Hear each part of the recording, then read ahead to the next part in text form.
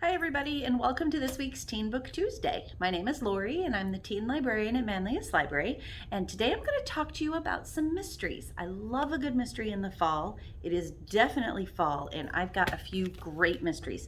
I'm going to tell you about one pretty in depth. I'm going to read a little bit from the book for you, and then I'm going to tell you a little bit about a couple of other new mysteries we've gotten, and at the end I'll direct you to a list of some fabulous mysteries to get you going for the fall.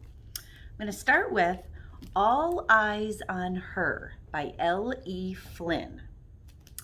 This is about Tabitha and Mark. Everyone thinks they know what happened. Some say Tabby pushed him off that cliff. She didn't even like hiking. She was jealous. She had more than her share of demons.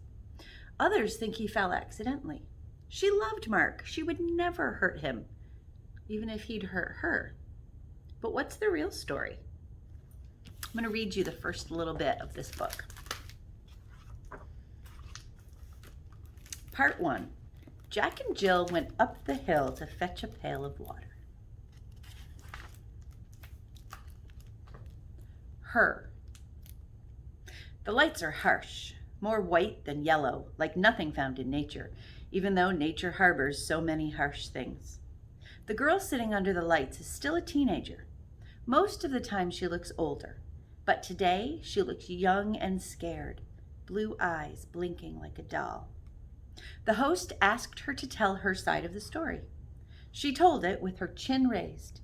It was the first time she could really be sure people were listening. Now, it's the final question. The host, the one who secured the interview, the one who wanted it badly enough to be the highest bidder, looks at the girl, serious. Maybe she sees something she didn't at first. How the girl is a bit rough around the edges if you look closely. Her skirt a bit too short, her legs bare, no pantyhose, her lips too red, and those eyes like the lights. Nothing found in nature. What do you want people around the world to know about you that they don't already? What's the one thing you'd like to tell everyone who's followed your story? The girl sucks in a breath, holds it there. It's something she must have thought about so many times, the words rolling around in her head, sometimes calm, sometimes a tidal wave. When she answers, her voice is a crescendo, getting louder. She looks straight into the camera. She gets the last word.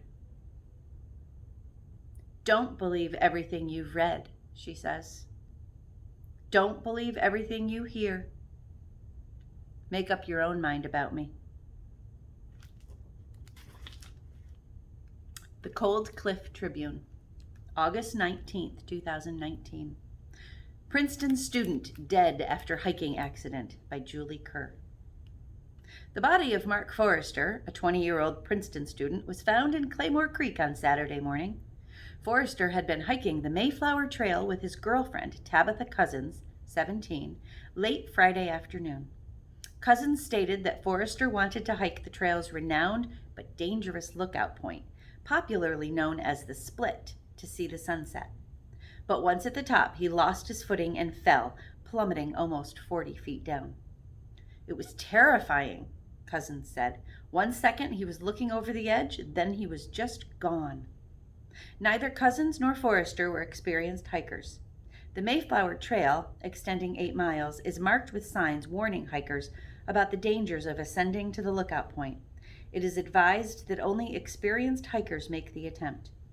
Cousins was the first to report the incident in the early hours of Saturday morning after she found her way out of the woods in the dark. I kept calling for help, she said, but nobody was around to hear me. I was so scared. Forrester's death brings the death toll in Queen Anne's Woods to 7 since the first was recorded in 1916. The Split was referred to as Suicide Sledge during the 1960s, when 3 female cult members jumped as part of a suicide pact. The last death to occur at the Split before now was in October 1989, when teenagers Ernest Malling and Desiree Hind went into the woods for a camping trip. Hind reported Malling missing the next day after she claimed he went off on his own, but his body wasn't found until 2 days later. No foul play could be proven, but Malling's family maintained they were certain Hind was involved. A team of police divers found Forrester's body. He is survived by his mother and father, longtime Cold Cliff residents, and his older brother. You heard the story on the news. A girl and a boy went into the woods. The girl carried a picnic basket. The boy wore bright yellow running shoes. They weren't planning to be out past dark, but the sky was pitch black when the girl found her way back, without the picnic basket and without the boy. The boy was discovered the next morning, floating face down in Claymore Creek, his yellow running shoes obscured by hazy water. You heard that it was a tragedy, that the boy had his entire life in front of him, that he was returning to Princeton on a swimming scholarship. Mark the Shark, his pool nickname. Soon enough, you'll be going to his funeral with everyone else. You've been following her online. Maybe you knew the suspicion was bound to trail her like a cape. After all, there are plenty of holes in her story. But there are holes in everyone else's version, too. Maybe you know her. You might have gone to a party with her. She liked those. Or maybe you just stalked her on Instagram and saw all the selfies, her #NoFilter face, all lipstick and electric blue eyes. Maybe she was a bitch to you once. She probably was a bitch to you once, and maybe you deserved it. But now you're going to learn all sides of this story. You'll find out what really happened from the people who know and love her, and from those who know her but wish they didn't. Here lie the facts. Once you have them, you'll be equipped to decide for yourself. Guilty or not guilty. If you think she did it, you'll wonder if she's going to get away with it. If you think she didn't, you'll wonder why she was in the woods that late at all. And that is the introduction to All Eyes on Her. This is a suspenseful and twisty mystery. It's full of articles and text messages. It's told from the point of view of Tabitha, her best friend, her sister, her ex-boyfriend, and her enemy. So you really do get all of the sides of the story. They're very short chapters, and it's really kind of a roller coaster ride. It's a great new mystery. All Eyes on Her by L.E. Flynn. I've gotten a couple of other really great mysteries in recently. One is called Groan by Tiffany D. Jackson. And this is another story of an uncertain timeline and an uncertain memory. When legendary R&B artist Corey Fields spots Enchanted Jones at an audition, her dreams of becoming a famous singer take flight. Until Enchanted wakes up with blood on her hands and zero memory of the previous night. Who killed Corey Fields? This one is a suspenseful and thought-provoking thriller with an unreliable memory right at the center of it. Its timeline is very fractured, which adds to the suspense, and there's a good deal of really well-done social commentary in this one as well. And last, but certainly not least, I Killed Zoe Spanos by Kit Frick is another great new mystery that I got in book form, also audio, and it's also available online as an ebook. This one is about Anna, who's hoping for a new start when she accepts a summer nanny job in the Hamptons. But she's quickly drawn into a disappearance case of a local teen who looks just like her. And there's also a local podcaster involved who's searching for answers.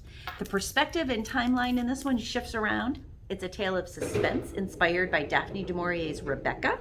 It's a twisty, intricate, and suspenseful mystery. Great for everybody. So there you go. Thanks for joining me today. I hope that at least one of these mysteries piques your interest. If not, stay tuned. I'll have a list of more mysteries that you can pick from. If you see something that you want to read, head over to our website at manliuslibrary.org and put a hold on it, and we can arrange for some curbside service for you. Or you can pop in during our limited open hours. If you go to our website again, manliuslibrary.org, you can find out what those hours are. I hope that you enjoyed today's edition of Teen Book Tuesday. My name is Lorie. I am the teen librarian at Manlius Library, and you can find me here on our YouTube channel every Tuesday at 4 o'clock. Thanks for joining me. I'll see you next week. Happy reading.